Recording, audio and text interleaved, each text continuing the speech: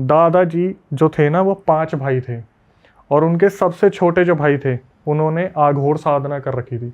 तो दादाजी बोलते हैं कि हम जाएंगे बनारस, पर साधु के पास नहीं जाएंगे, हम अपने पुश्तैनी घर में जाएंगे, मेरे सबसे छोटे वाले भाई ने आघोर साधना कर रखी है।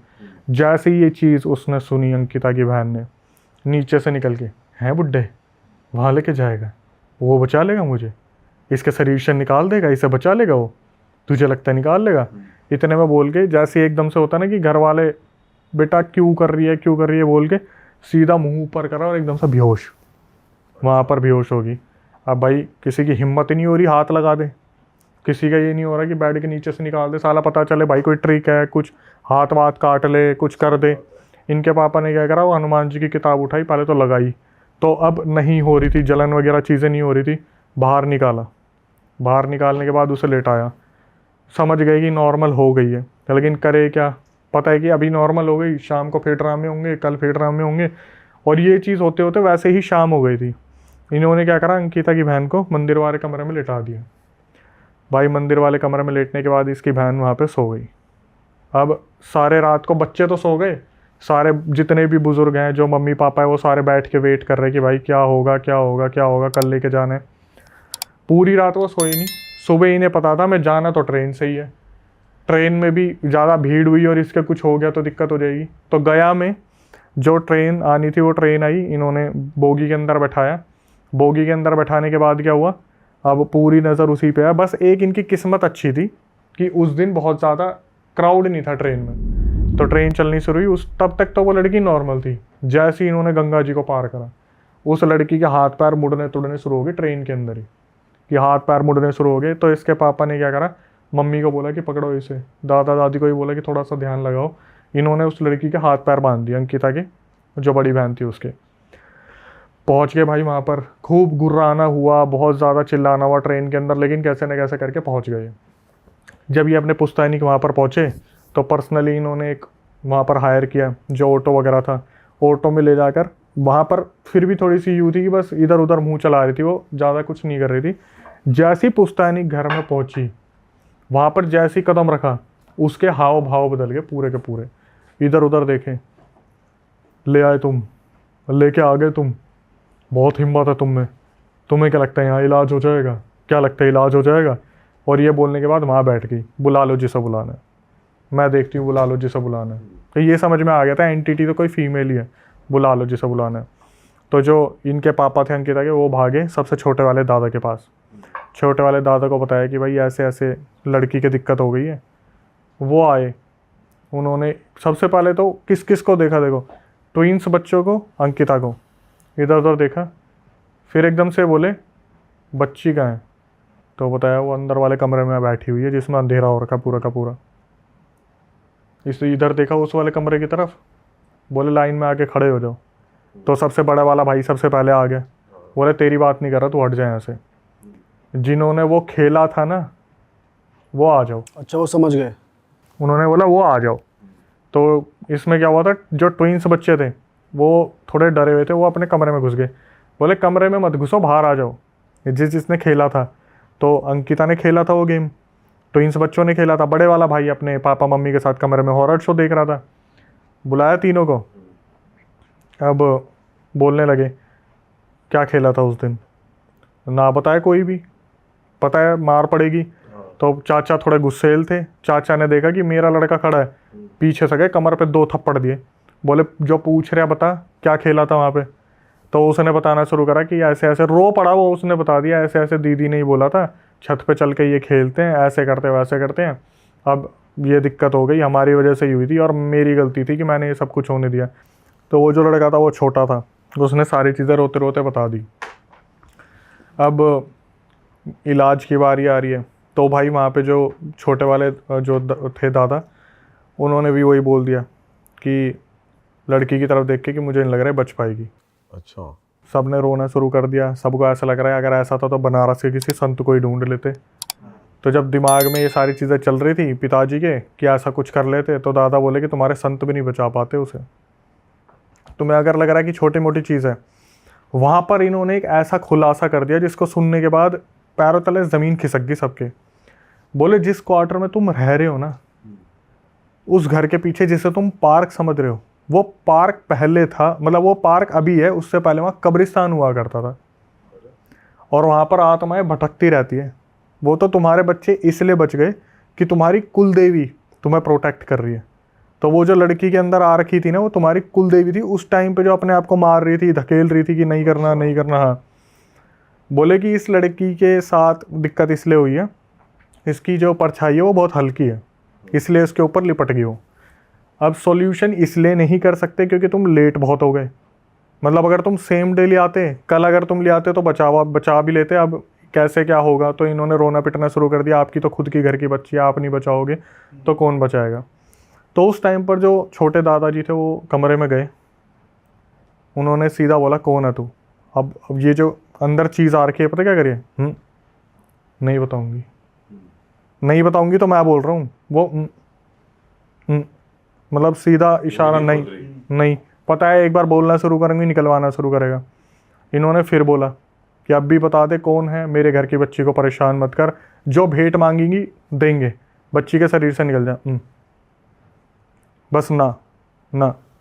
इन्होंने क्या करा, साइड में चावल के दाने लिए और चावल के दाने से घेरा बना दिया और बोल दिया कि इस कमरे में ना कोई जाएगा, ना इस कमरे से कोई बाहर आएगा, मतलब ये तो आ नहीं सकती, कोई जाएगा नहीं इस कमरे में, मैं 3 दिन बाद आऊँगा, तब मैं देखूँगा इस बच्ची को कैसे बचाना है। भाई सबके सदमा लग गया कि अब बच्ची खाएगी क्या, कल से तो वैसे ही उसने कुछ नहीं खाया, पिएगी क्या, कैसे क्या करेगी। तो इनकी मम्मी थी, वो माँ का रूप तो था ही, उन्होंने बोला जाते जाते छोटे दादा को कि कम से कम इसके कोई सूत्र बांध दो, हाथ में कोई धागा बांध दो, जिसकी वजह से कम इसके ऊपर कोई चीज़ तो ना है। बोले अच्छा। अंदर गए, एक धागा लिया, उसके हाथ पे बांधा, जितने हाथ पे बांधा ना उतना हिस्सा जल गया उसका। फिर आके बोले कि अब बता दो, मैं कोई कसर छोड़ूंगा अगर मेरे घर की बच्ची है तो, इसके मैं धागा बांध दूँ, कुछ भी कर दूँ, इसके साथ दिक्कत है, और इसके साथ एक चीज़ नहीं है, इसके साथ बहुत सारी चीज़ें हैं। ये बोल के जो छोटे दादा थे वो वहाँ से निकल गए। पर अभी तक तो एक ही आत्मा बोल रही थी, अभी एक बोल रहे थे, पर चीज़ें बहुत सारी थी, और ये भी बाद में खैर खुलासा हुआ था, लेकिन जनता को बताना ज़रूरी था। तो हुआ क्या, अब वो वहाँ से बोल के निकल गए, छोटे जो दादा थे। एक रात निकल गई, उस रात भी इस लड़की ने उस कमरे में इतने ज़्यादा ड्रामे करे, बार बार कि मैं आ गई, मेरे को बचा लो मम्मी, मैं ठीक हो गई, उन्होंने मुझे सही कर दिया, मेरे अंदर अब कोई आत्मा नहीं है, मैं बिल्कुल ठीक हूँ, मुझे बाहर निकाल लो। अभी ये जो अंदर आत्मा है वो बोल रही है, खेलने लग रही है कि मुझे बाहर निकाल लो, मुझे बाहर निकाल लो, बच्चों को देख के कि मैं भी खेलूंगी, मैं तुम्हारी बहन हूँ, मुझे बाहर निकाल लो, अब मैं ठीक हूँ। एक रात निकल गई, दूसरा दिन निकल गया, ऐसी चिल्ला रही है पागलों की तरह, दीवारों पे सर मार रही है, नोच रही है, बार बार मम्मी दिख जाए, मम्मी मम्मी मैं ठीक हो गई ना मम्मी, अब तो मेरे अंदर कुछ भी नहीं है, मुझे बाहर निकाल लो। भाई मम्मी का जो मेंटल एक सिचुएशन थी वो बिल्कुल ख़राब हो गई। इसकी मम्मी ने देखा अपनी बच्ची को ऐसे लगते हुए, सीधा कमरे में गई और कमरे में जाके गाल पे हाथ रखते हैं कि बेटा अब तू ठीक है। इसने क्या करा, अपनी माँ का हाथ पकड़ा और वहीं से दबा दिया बुरी तरीके से, और एक ही चीज़ कि मम्मी मैं ठीक नहीं हुई, मम्मी मुझे साथ लेके चलो बाहर। और इसकी मम्मी बस ममता की नज़रों से देखे जा रही, पीछे से इसके पापा ने वहाँ एंट्री ले ली। इसके पापा भागे कि बाहर निकल, और पीछे से पकड़ के चुन्नी से खींचा, चावलों को पैर से बिल्कुल सही करा। तो वहाँ पर इसकी मम्मी से बोल रहे कि क्या कर रही थी तू, तो इसकी मम्मी ने इसके पापा को ही डांट दिया कि मेरी बेटी ने इतने टाइम बाद मुझे प्यार से माँ कहा था, हाथ पकड़ा था, तुमने उस कमरे से बाहर निकाल दिया। इनके पापा समझ गए भाई बहस करने वाली चीज़ नहीं है अभी। इसकी मम्मी मेंटल कंडीशन उड़ गई कि बेटी है, प्यार मोहब्बत वाली चीज़ है, पकड़ के बाहर ले आए। अब इतने में क्या हुआ, जो बच्चियाँ थी, अंकिता जो थी, उसको आ जा बहन मुझे निकाल ले, मुझे निकाल ले, और सारे बच्चों को लगभग कन्विंस कर लिया था। हर बच्चा वहाँ तक पहुँच जाता था कि बहन को बाहर निकाल लेते हैं, कैसे ना कैसे निकाल लेते हैं, हर बार किसी ना किसी की एंट्री हो जाती। अब क्या हुआ, ऐसे करते करते भाई 3 दिन निकल गए। आ गए छोटे दादा, आए और वहाँ पर देखा, सीधा अपने परिवार वालों को बोले कि मरते मरते बच्चे हो ना, चले गए थे ना कमरे में। वो बता रही कि इतना बच्चा बिलक रही है, ये हुआ। जब वो अंकिता ने बताया कि अक्षय उस कमरे की जो कंडीशन हो रखी थी ना, क्योंकि वो लड़की टॉयलेट भी वहीं कर रही है, उसी कमरे में पॉटी कर रही है, इतना गंदा वो स्मेल कर रहा था कमरा। तो क्या हुआ, जो छोटे दादा हैं उन्होंने घेरा बनाया किसी चीज़ से, मेरे ख्याल से वो भी कुछ चावल ही रहेंगे या सरसों के दाने थे, घेरा बनाया, और उन्होंने घेरे में बैठ के सारे कमरे चौखट सब बंद कर दिए और बोल दिया कि कोई भी खटखटाए तो बाहर नहीं जाना, कोई भी अपनी जगह से हिलेगा नहीं। बच्चों को बोल दिया इन्हें रफा दफा कर दो, तो बच्चों को ऊपर भेज दिया, ऊपर वाले एरिया में। लेकिन पहले के घर जैसे हुआ करते थे, ऊपर सब कुछ खुला होता था, बैठने की जगह नीचे होती थी। तो अंकिता बता रही है कि अक्षय हमने सब कुछ देखा कि हो क्या रहा था वहाँ पे। जो बाबा आए थे, जो सबसे छोटे दादा थे, उन्होंने घेरा बनाया और उन्होंने एक ही बात बोली कि अब तू बाहर आ जा, तुझे कुछ नहीं होगा। नहीं निकली। अब तू बाहर आ जा, तुझे कुछ नहीं होगा। फिर भी बाहर नहीं निकली।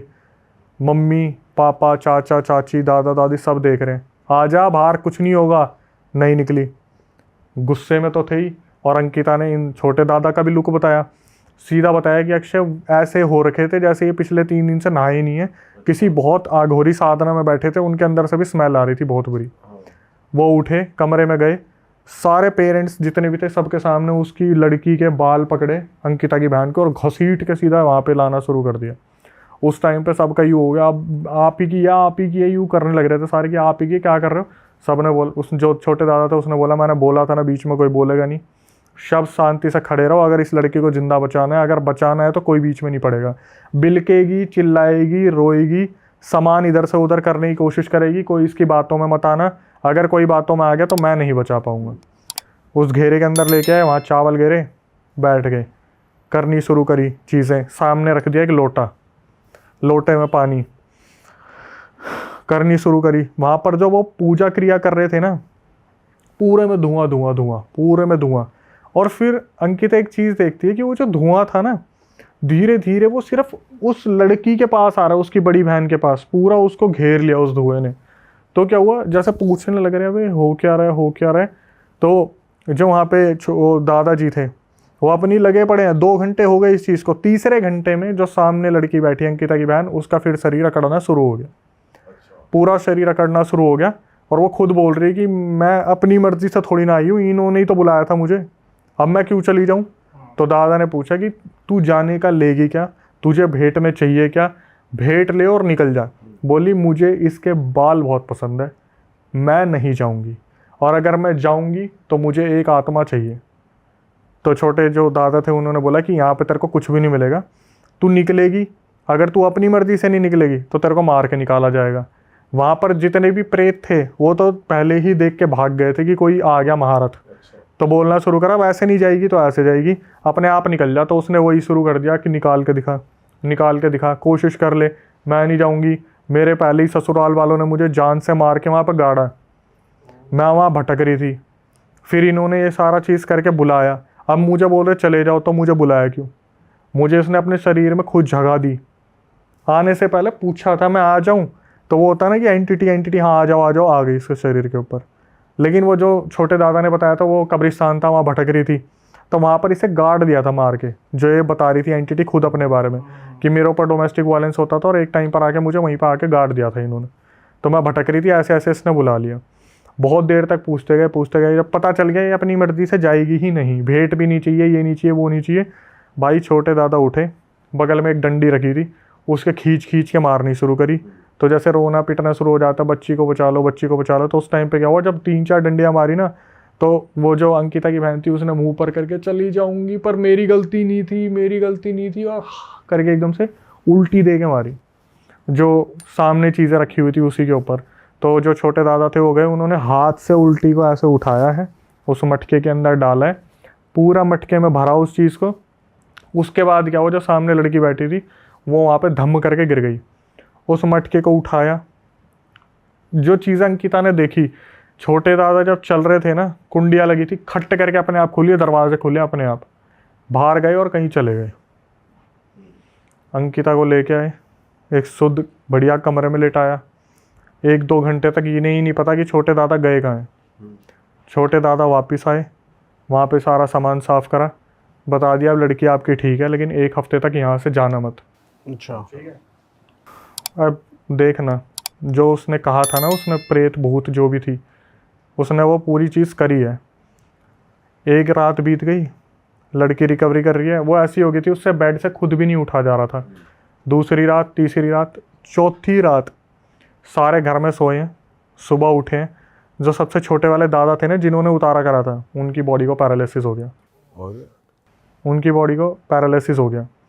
अब जब अंकिता की मम्मी आई कि बाबा आपको क्या हुआ है, वो एक कमरे की तरफ इशारा कर रहे हैं और ऐसा लग रहा है कोई ना चीज़ यूँ हाथ दे के मार दे रही है उनका, सबके सामने बार बार कमरे की तरफ इशारा कर रहे हैं, हाथ दे के मार दे रही है।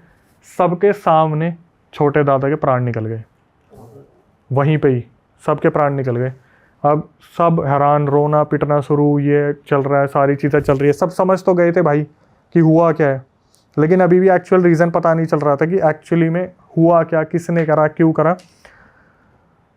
दादा चौथी रात सोए, पांचवी रात सोए, और जो इनके मेन दादा थे, पांचवें दिन जब वो सुबह उठते हैं ना, तो उन्होंने सबको इकट्ठा करा और सबको बताया कि नाम तो नहीं बता सकते, नारायण जी रख लो, जो नारायण जी गुजरे हैं छोटे दादा, वो मेरे सपने में आए थे।